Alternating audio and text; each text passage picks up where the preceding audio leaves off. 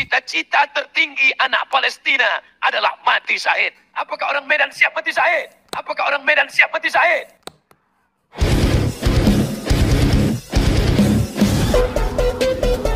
Like a tidal wave.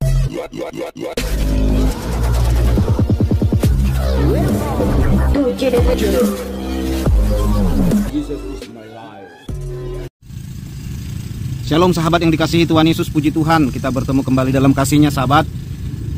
Saya akan menanggapi sebuah video pernyataan Ustadz Abdul Somad mengajak anak-anak Medan untuk mati syahid atau berjihad ke Palestina. Dalam ceramahnya ini disampaikan oleh Ustadz Abdul Somad Batubara di hadapan ribuan jemaah anak-anak Medan supaya mengorbankan dirinya pergi mati syahid untuk membela Palestina. Karena video ini saya lihat ya, banyak pernyataan-pernyataan Ustadz Abdul Somad yang cenderung ke arah hoaks sahabat. Ceramah-ceramah seperti ini sebenarnya dulu sangat mampu untuk membangkitkan emosi orang-orang Indonesia, khususnya saudara kita umat muslim. Tetapi di zaman internet ini, puji Tuhan, hal seperti ini sudah mulai berkurang ya. Makanya kejadian Palestina Israel ini kita lihat ya sudah tidak seheboh seperti dulu lagi. Bagaimana dulu di jalan-jalan itu lampu merah, banyak sekali orang minta bantuan, dana, segala macam. Dan puji Tuhan akhirnya terbongkar yang minta-minta dana itu ternyata digunakan untuk kepentingan pribadi. Bahkan duta Palestina terus terang berkata dana yang sampai ke Palestina dari Indonesia malah sangat sedikit katanya. Oke sahabat yang terkasih, kita tonton dulu video Ustadz Abdul Somad ini ya. Cita-cita tertinggi anak Palestina adalah mati syahid. Apakah orang Medan siap mati syahid? Siap mati syahid. Siap mati syahid. Siap keluar duit. Tak sama kuatmu. Mereka tidak membunuh kami Abdul Somad karena kami tidak takut mati. Tapi tentara Israel masuk ke dalam rumah kami. Mereka tendang pecahkan itu tempat-tempat minyak zaitun. Supaya apa? Supaya kami lapar. Supaya kami lemah. Supaya masjid tidak salat berjamaah. Supaya tidak ada yang berdoa kepada Allah. Itu yang mereka lakukan. Penjara terbesar di dunia bukan di Guantanamo, Amerika. Penjara terbesar di dunia bukan di Alcatraz. Penjara terbesar di dunia adalah di Palestina.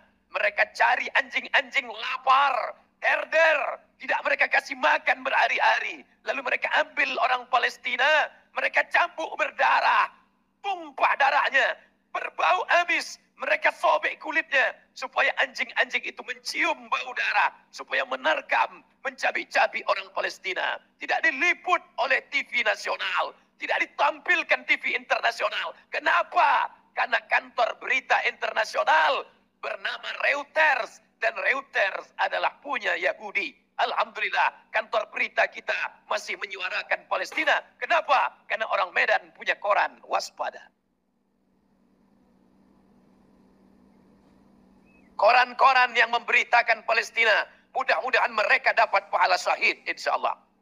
Hai koran-koran Medan, koran Sumatera Utara, kalian liput 6 tabligh akbar ini.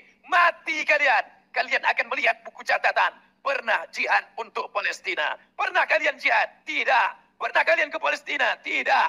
Pernah kalian naik pesawat? Belum. Kenapa bisa dapat pahala? Karena kalian meliput acara siang ini. Buat besok di koran utama. Tunjukkan kepada dunia bahwa orang Medan peduli Palestina. Allahu Akbar. Kalian yang berada di bawah tenda, kalian tidak ikut jihad fisabilillah. Tapi gara-gara kalianlah teknisi sehingga suara ini bisa terdengar semuanya. Kalian pun dapat pahala juga jihad fisabilillah. Yang penting suara ini jangan kalian kecilkan. Kalau kalian kecilkan, masuk neraka kalian sama orang Israel. Ya sahabat yang dikasihi Tuhan Yesus, pernyataan Ustadz Abdul Somad ini kita luruskan sesuai dengan data-data yang saya temukan juga di internet. Apa yang dikatakan Pak Ustadz ini bahwa orang Israel itu sangat membenci Islam, itu tidaklah benar sahabat. Karena agama Islam adalah agama terbesar nomor 2 di Israel. Kalau kita lihat pelatih timnas U20 asal Nazaret dulunya adalah pelatih timnas Palestina sampai 3 kali. Dan jumlah orang Yahudi dan Kristen di Palestina cukup tinggi. Kalau dibandingkan ya Kristen di Palestina dan Kristen di Israel. Lebih banyak Kristen di Palestina. Ya. Jumlah umat muslim di Israel itu banyak, sahabat. Bahkan mereka menjabat sebagai pejabat pemerintahan. Dan kita lihat bagaimana orang Israel mempekerjakan orang-orang Palestina dengan upah yang cukup lumayan. Banyak orang Palestina bekerja dengan aman dengan upah yang cukup besar di Israel. Bahkan kalau kita lihat bagaimana bantuan orang Israel ya, dalam air bersih, makanan, minuman gitu ya. Ya, mereka lakukan untuk orang Palestina, sahabat. Bagaimana mungkin Israel membenci Islam sementara agama terbesar nomor 2 di Israel itu agamanya Islam. Bahkan banyak tentara-tentara Israel itu beragama Islam. Beragama Islam, para pejabat-pejabatnya beragama Islam. Banyak, sahabat, di Israel. Kalau memang Israel benci Islam, ya tidak mungkin lah. Tidak mungkin, sahabat. Sudah pasti itu tidak dipakai orang-orang Islam itu, kan gitu ya. Selanjutnya perkataan Ustaz Abdul Somad bagaimana orang Israel membuat orang Palestina sampai kelaparan. Ya didramatisir lah, dia katakan sampai anjing-anjing herder dimasukkan ke Palestina supaya memakani orang-orang Palestina. Ini ngawur sekali, sahabat ya. Kalau hal seperti itu terjadi, sudah pastilah tidak ada lagi Palestina karena sudah dimakani oleh hewan-hewan, sahabat. Sudah habis semua. Bayangkan tidak ada makanan, kurus kering. Ya ditaruh lagi anjing herder yang kelaparan. Ya sudah habis semua, sahabat. Tidak ada satupun. Dan sudah pasti itu masuk TV. Masa tidak ada yang memvideokan? Di zaman kecanggihan ini semua manusia sudah punya HP. Masa tidak ada yang memvideokan? Logika kita lah. Seperti di Indonesia, kalau ada pembubaran ibadah ada yang memvideokan. Kan nyata, ada faktanya, sahabat. Masa iya satupun tidak ada video bagaimana anjing herder itu dilepas, anjing herder kelaparan itu memakani orang-orang Palestina, menyerbu orang-orang Palestina, masa satupun tidak ada videonya? Kan lucu ya. Dan Israel itu sudah pasti punya CCTV. Negara-negara, tempat-tempat pemerintahan kan nggak mungkin nggak punya CCTV, sahabat. Di Palestina pun di kota-kota besarnya itu ya pasti ada CCTV. Ya sudah pasti itu terekam. Sudah hancurlah negara Palestina itu kalau ada seperti itu ya terjadi. Sudah pasti orang Kristen pun tidak ada di sana juga, orang Yahudi pun tidak ada di sana juga, kan gitu. Orang Yahudi di Palestina itu banyak, sahabat, jumlahnya orang beragama Yahudi gitu. Jadi konflik antara Israel dan Palestina ini bukan masalah agama. Cuman di Indonesia ini aja digiring-giring ke arah agama, sahabat. Supaya apa? Supaya makin emosi orang Indonesia, khususnya saudara-saudara kita umat muslim, semakin panas dia. Sehingga dia sholat pun menghadap Allahnya, tetapi hatinya emosi, marah terus. Supaya jemaah ini marah-marah terus, hatinya kebencian ya yang terjadi dalam hidupnya. Ya bisa jadi setelah dengar ceramah Ustadz ini, sang suami pun bisa emosian, sahabat.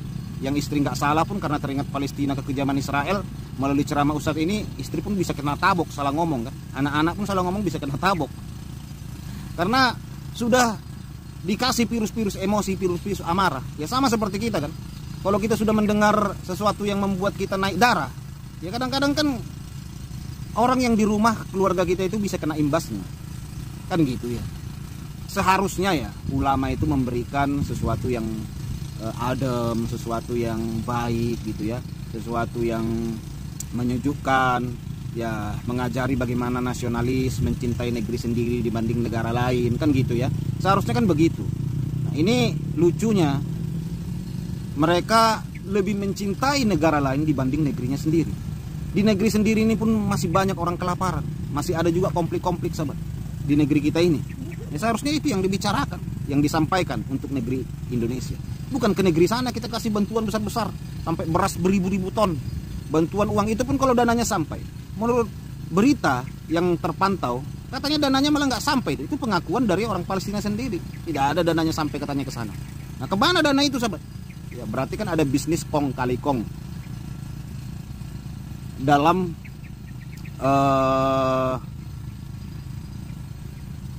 bantuan-bantuan kemanusiaan. Ya, kasihan, sahabat. Agama dimanfaatkan untuk kepentingan pribadi, miris kita, sahabat. Ya puji Tuhan lah kalau melalui ceramah Ustaz Abdul Somad ini kiranya kita berdoa supaya jemaah yang mendengar itu membuka internet, melihat semua supaya melek matanya, agar tidak secepat itu percaya dengan narasi-narasi yang dibangun untuk membangun emosi jemaat. Ya, kita doakanlah sahabat supaya Indonesia ini damai dan Indonesia lebih peduli ke Indonesia, lebih peduli tentang kejadian di Indonesia. Tuhan Yesus memberkati kita semua. Shalom.